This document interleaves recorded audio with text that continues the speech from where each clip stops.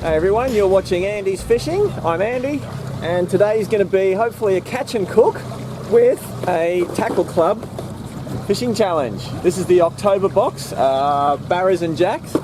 Now, Barra season is actually closed, so I've picked a river where I reckon I can get some good jacks.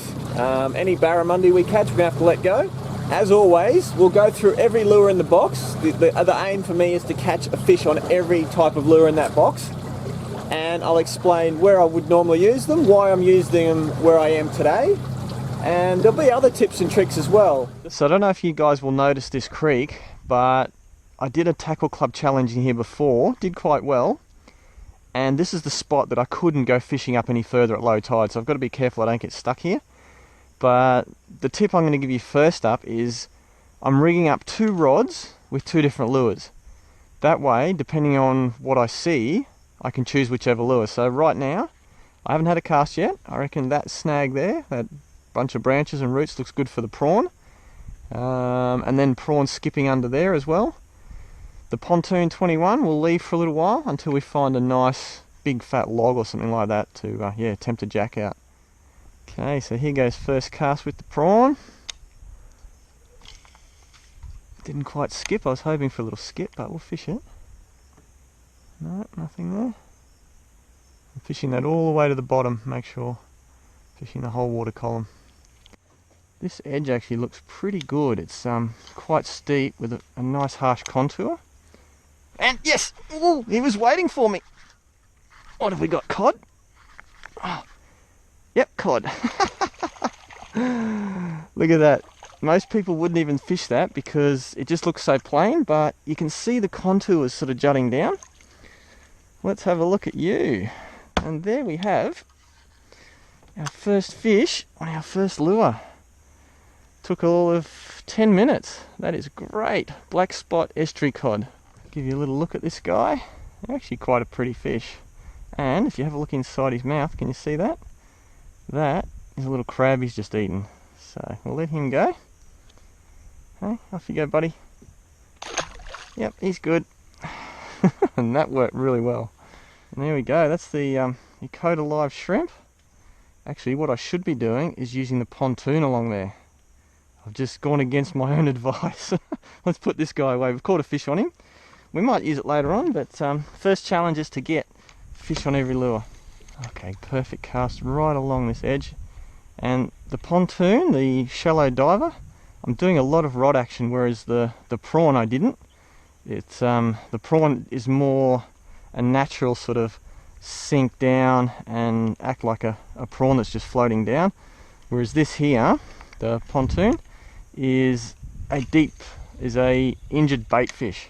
Next up, we'll rig up the suicide shad, and because the way this hook system is, it's a little bit tricky, but I'll show you how to do it right now. You want to put the hook straight through the nose, go in about 5mm, about the same as what this bend is, and then you've got to push the whole lure over that little bit of lead there. There we go. There you go, and that's sitting really well like that. And then take note of where the hook wants to be, right there, and go straight through. And then the last thing I do, I just tuck the top of that hook in. So that's now completely weedless. So with these weedless plastics, I like to get them in as far as I can. Skip them.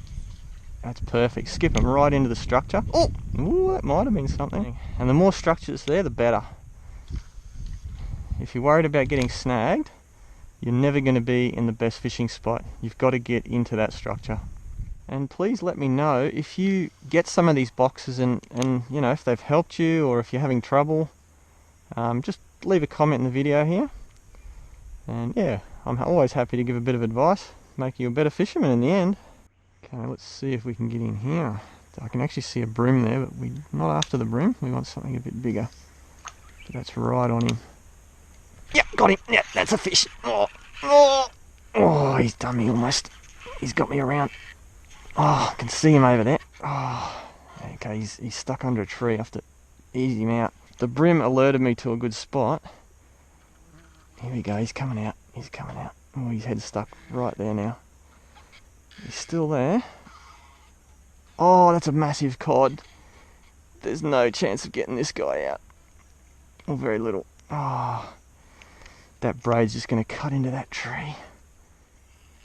Oh, he's still there, but trying to pull him out, I think is going to be futile. Oh, that was a good fish too. He was about 50, probably over 50. Yeah, he's probably close to 60 centimeters, that guy. Oh, there's definitely stuff breaking down there. Oh, I think we've lost him. That's almost cutting my hand now, that braid. You can see that. Yeah, the line's cutting into my hand. I think we've lost that one. Oh, bugger. So that was certainly one of the bigger cods I've ever hooked in a little creek. We might come back to this tree and have a look if he's still stuck in there with the braid. I've got a feeling he won't be. They're pretty good at snapping lines once they're tangled. We've got a couple more of those, so yeah, we'll get a fish on one. I love this colour. I love this colour. So let's have a look what's in the Tackle Club Barra and Jack October box. Okay, right off the bat, I'm happy.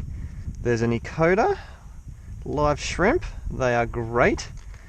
I'll use that in snags. This I've never used before. I've never even seen that before. It's actually a weedless vibe with a little blade on it. That's cool. So we could try that one around the snags. Normally vibes are for open holes or rock bars or like open areas, but I'm going to give that a go around the snags.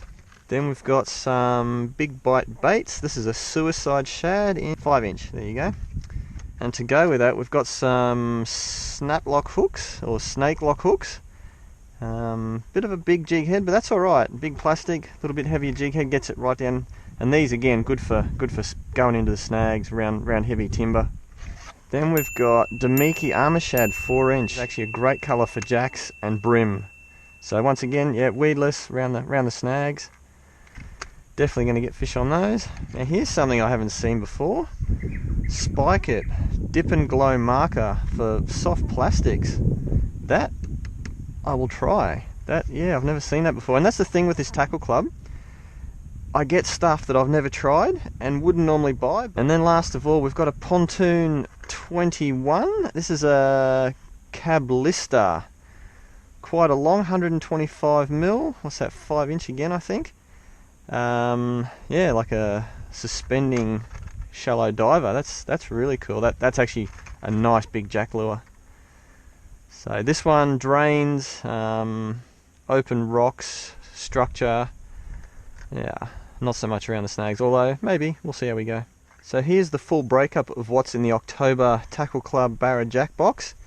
The subscription box is $69, and if you use the links in my description below, you'll get a discount off that, so it's even cheaper, and you get almost $105 worth of value.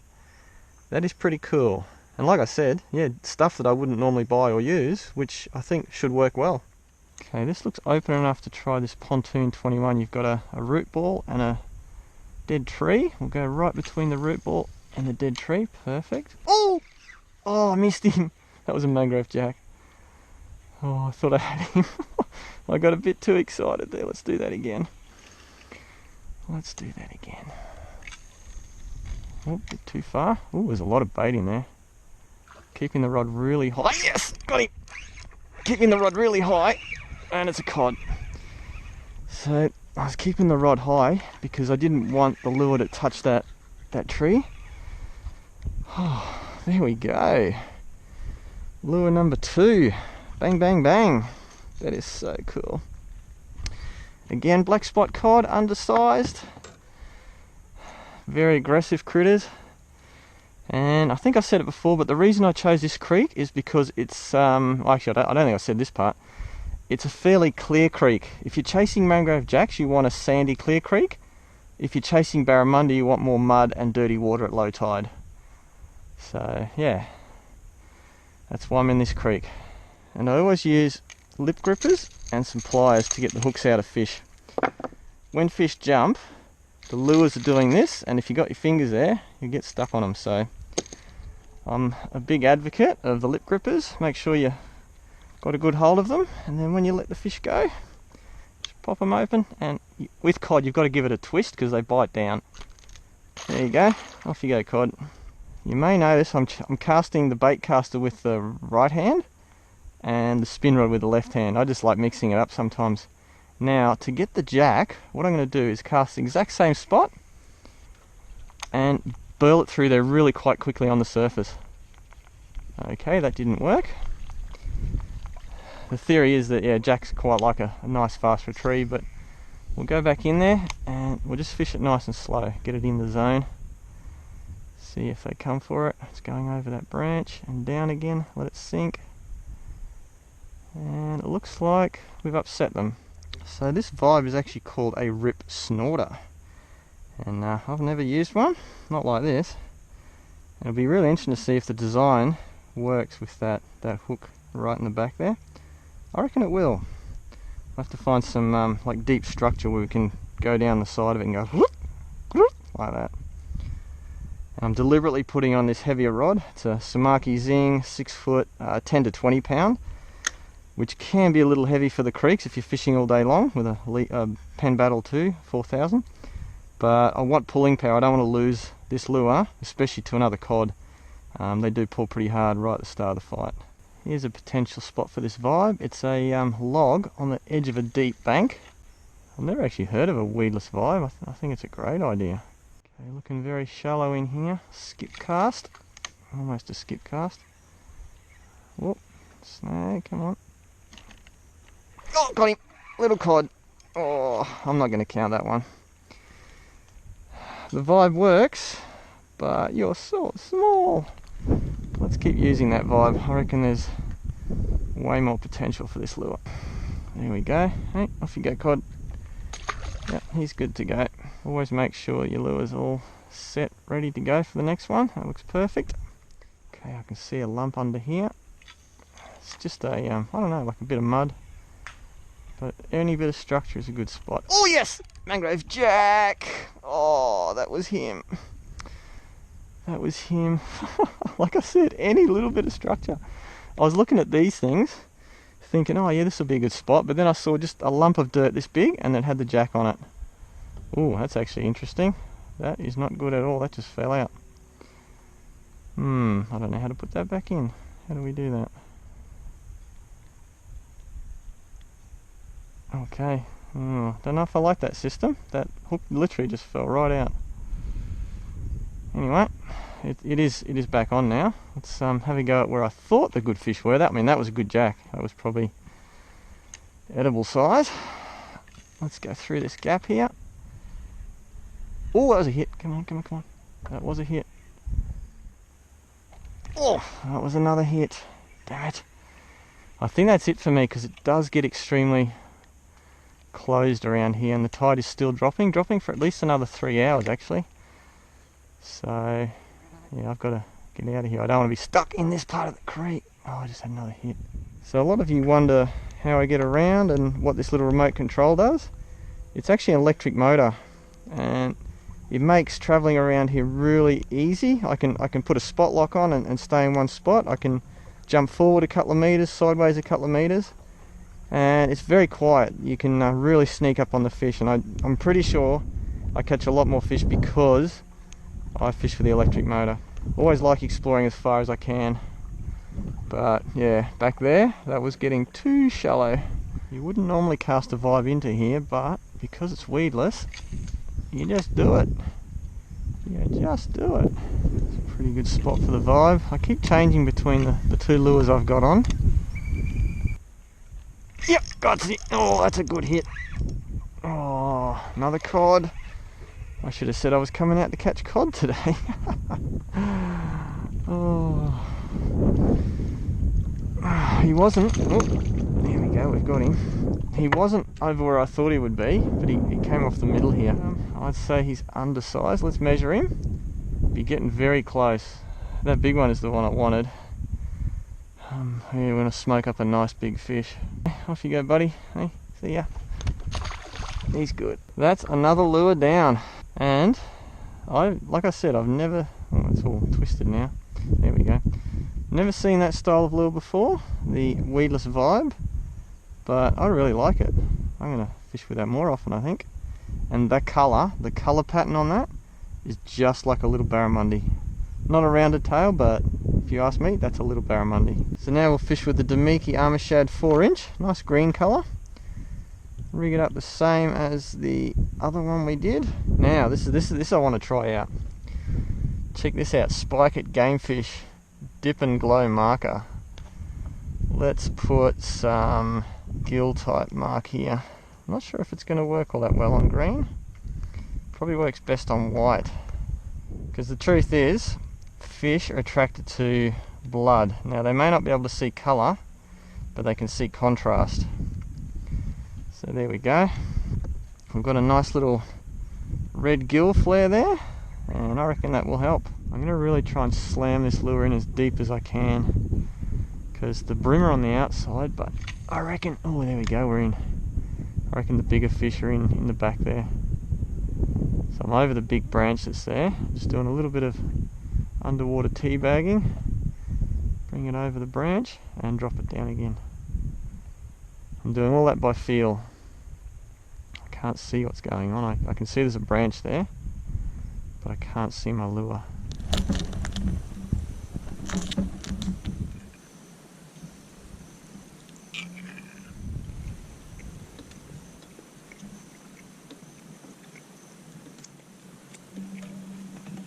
May as well have a fish while I eat lunch.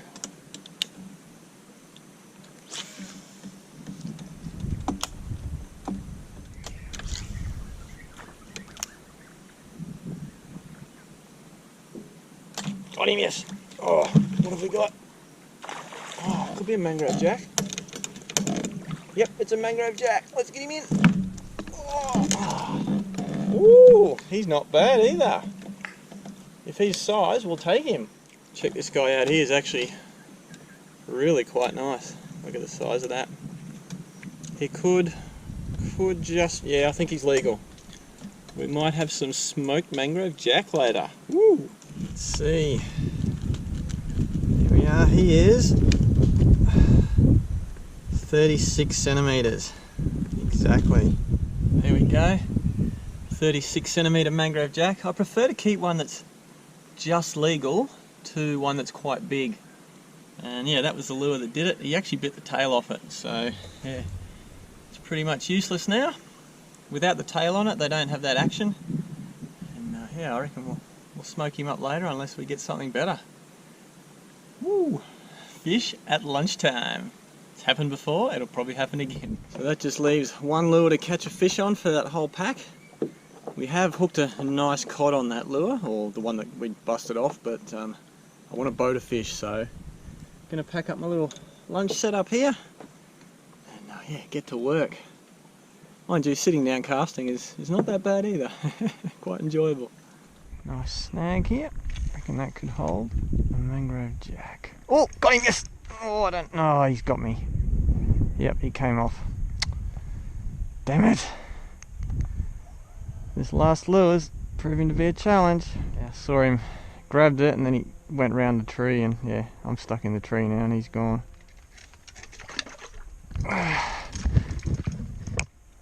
There we go.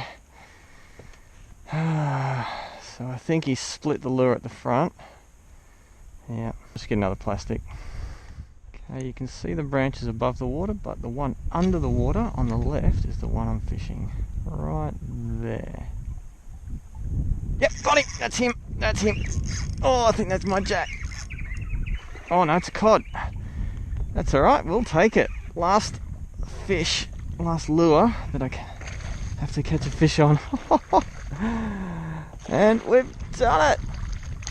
He's not in yet. There we go. Woo! That is cool. And there you have it. That's a fish on every lure in that pack. There we go. He's actually quite a nice size. Black spot cod. There we go. Off you go. Well guys, I fished on a little bit. It's starting to get a little bit late. We've probably got a good hour of, or maybe just a bit less than an hour of proper sunlight. And let's go find a nice little beach to smoke our fish. I've got a nice little recipe in mind. So we'll yeah, smoke the fish and make some potatoes, but yeah, really nice set of potatoes. Set of potatoes? That sounds wrong. Anyway, let's see if there's a beach here. There's a little beach, but yeah, a bit rocky, and it's actually a little bit too small for me, so we'll keep. This looks nice. Yeah, this is a much nicer beach. Oh, that looks really good. Let's go in there. Is that a kitchen I can see set up? There we go, we're on the beach. Sun's about to go down. And check this out. Someone, actually I did, set up the drifter kitchen complete with smoker. All ready to go. So we don't have long. Sun is going down quickly. But what a beautiful little place. Half an hour before the sun goes down, and we should just be able to cook our fish. The first thing I have to do is rip the fillets off this Mangrove Jack.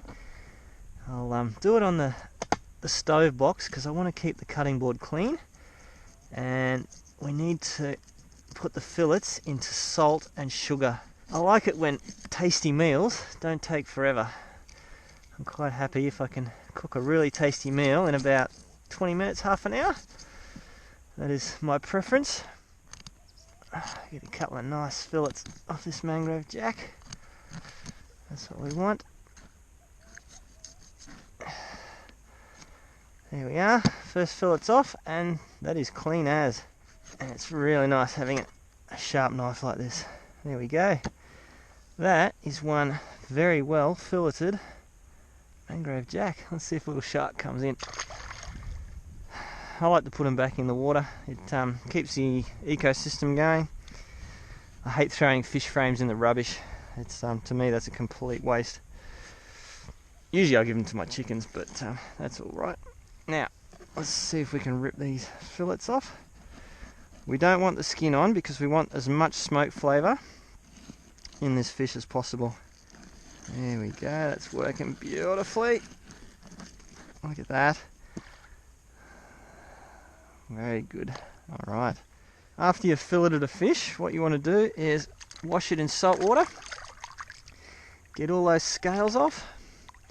And we're going to pop it into a plastic bag. So I've gone about half and half with the brown sugar and salt. And we just get enough in there to coat both pieces of that fish all around. Whilst we look at the sunset, shoof it all around. We want to coat that fish in the sugar and salt mix and let it sit there for as long as it takes to cook the potatoes. So guys, I'm trying a new camera angle. See how it goes. Let me know if you like it, if you don't like it, if it makes you dizzy. It enables me to say, have a look at the sunset, and then you can spin around and have a look at the sunset. I've got the drifter cook set here, cook set, dining set, and we'll get the small pot out. That's what we need for the potatoes. Give the potatoes, I'm just going to use these ones, give them a bit of a chop. The smaller you make potatoes, the quicker they cook, so I'll get them a little bit kind of smallish. Make it tasty and fresh. That's what I always go for, tasty and fresh. Then I'm going to chop some ginger, 2 cloves of garlic, and some coriander out of my garden. This is Thai coriander, grows wild, bit of a weed. I've got a bit of oil heating up in the pot here. Now we don't want to throw the potato in yet. We just want to get those herbs and spices in there. Let them cook. There's a little bit of oil in there as well. A little bit of oil, a little bit of spices. As soon as those go fragrant, I'm going to throw the potatoes in. There we go. Nice shoof around.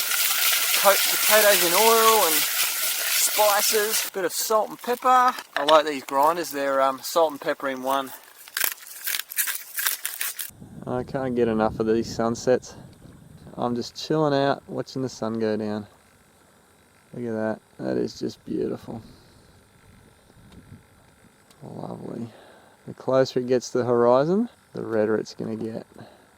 So to finish that cooking, I've got 100 mils of water and dump that in there. Now that's going to steam. We'll put the lid on it and let it go for, let's let that go for 10 minutes and then we'll let it sit for another 10 minutes and that'll cook them perfectly. And what do you do while the sun's going down and you're waiting for your potatoes to cook?